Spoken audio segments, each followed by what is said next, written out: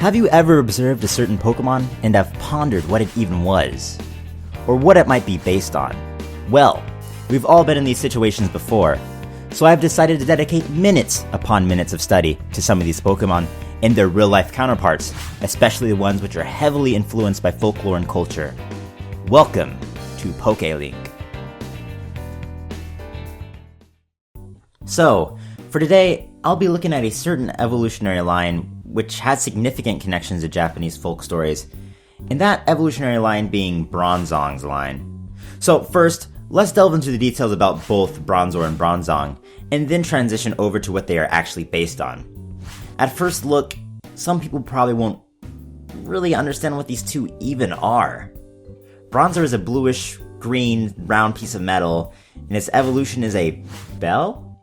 How does that even connect to each other, you ask? Well, I'll get into that later. Bronzor and Bronzong were both introduced in the 4th generation games of Diamond and Pearl. They are of a bluish-green tint, they're both genderless, and they are still in psychic types. For Bronzor's detailed appearance, it has 6 round spheres around its trim, 2 round yellow eyes, and a sphere-like nose. On its back, it sports a crest which resembles some type of herb. According to various Pokédex entries, it says this symbol possesses some type of mysterious power. Now for Bronzong's appearance. Bronzong is a large Pokémon with the height of about 1.3 meters, or 4'3". Its appearance resembles that of a large bronze bell with 2 arms protruding out of its side. It is hollow, like a bell, and has quite a detailed motif on its body. It too has a crest on its back which resembles an herb, like its pre-evolution Bronzor. Bronzong has 2 round red eyes with a row of visible teeth, which happen to be square in shape. And of course, there's more I could point out, but I think you get the picture. And according to various Pokédex entries, it is said that Bronzong can summon rain, and is even known as the bringer of plentiful harvest. Here, let me read the exact description of both Pokemon's Pokédex entries from a few games. According to Pokemon Diamond, it states, "Implements shaped like it were discovered in ancient tombs. It is unknown if they were related." For Pearl, it states, "X-ray photos were taken to check its body structure. Nothing appeared, however." In Pokemon X, it states, "Ancient people believed that the pattern on Bronzor's back contained a mysterious power." Here's a few for Bronzong. In Pokemon Diamond, it states, "One caused a new sensation when it was dug up at a construction site after a 2,000-year sleep." And then for Pearl, it states, "It can summon rain clouds. People long ago revered it as a bringer of plentiful harvests." The last Pokédex entry I'll use for Bronzong will be from the 5th generation games of Black 2 and White 2. It states, "In ages past, this Pokemon was revered as a bringer of rain. It was found buried in the ground." Those were a few entries for both Pokemon, and that is a solid link to its real-life counterpart, I must add. First, let me break down the Japanese names of both Pokemon, then move to the substance of their history. Bronzor's Japanese name is Domira. Domira is basically a combination of the Japanese word dokyo, which means bronze mirror, and the English word mirror, which basically just means bronze mirror. Bronzong's Japanese name is Dotakun. The first part, Dotaku, refers to a bronze bell. The ending, according to Bulbapedia, is an onomatopoeia for drumming, which is don don. But with that out of the way, we can delve into each Pokemon's real-life counterpart.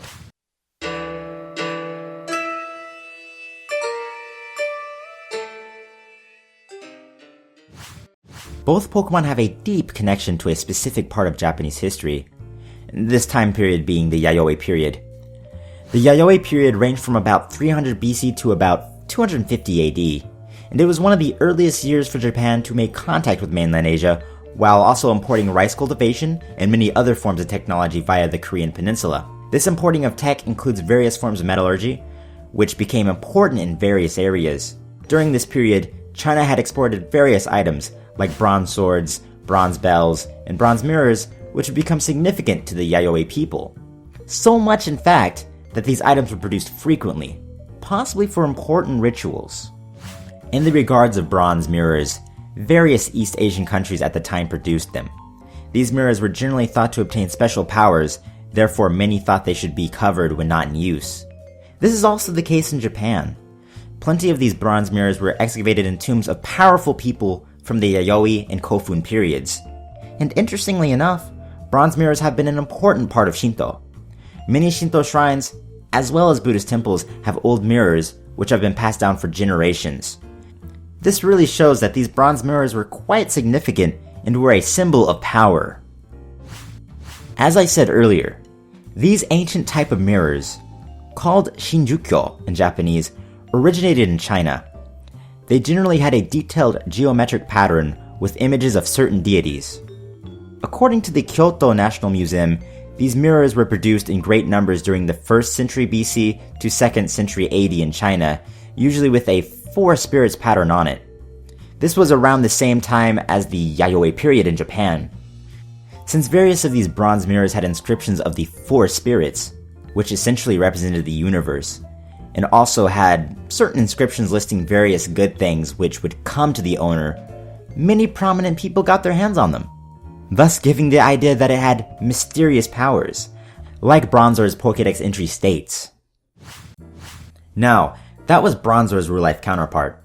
Let's delve into Bronzong's, which has a similar history as its pre-evolution. As I mentioned earlier, bronze bells were also introduced to Japan during the Yayoi period.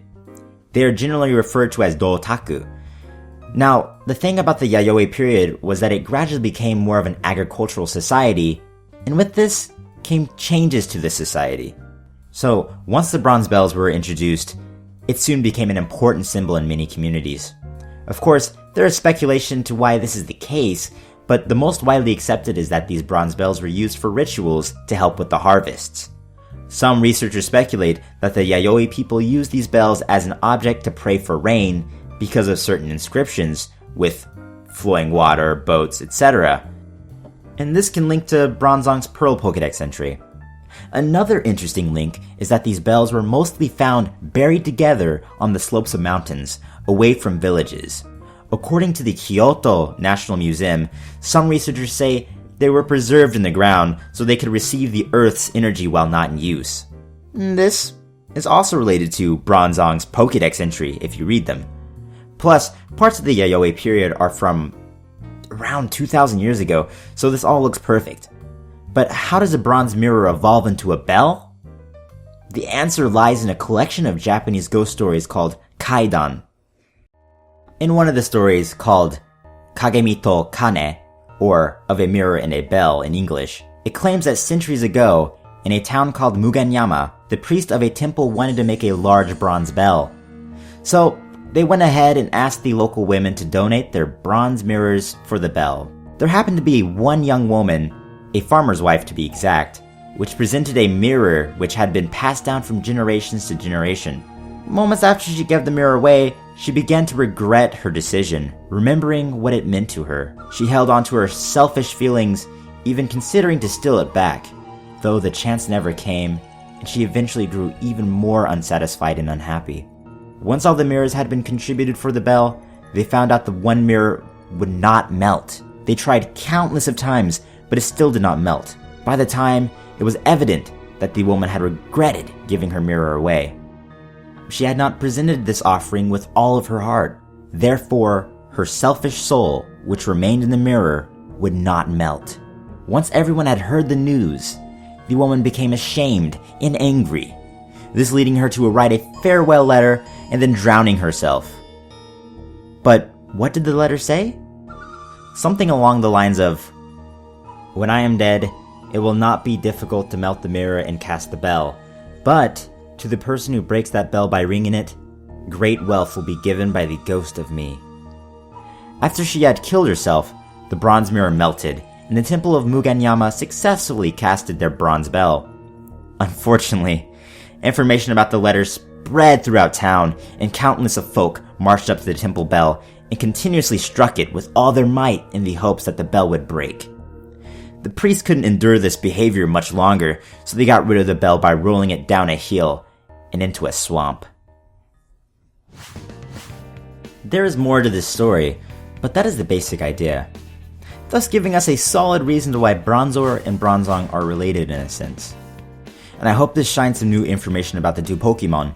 And for more information about the artifacts I talked about, you can check a few summaries at the Kyoto National Museum's website. It has a lot of useful information about Japan and artifacts in general, really. I'll have the links in the description below. Now, if you enjoyed this video, be sure to support by giving the video a thumbs up, or even a thumbs down, and please leave a comment. With that being said, I'll catch you guys on the flip side.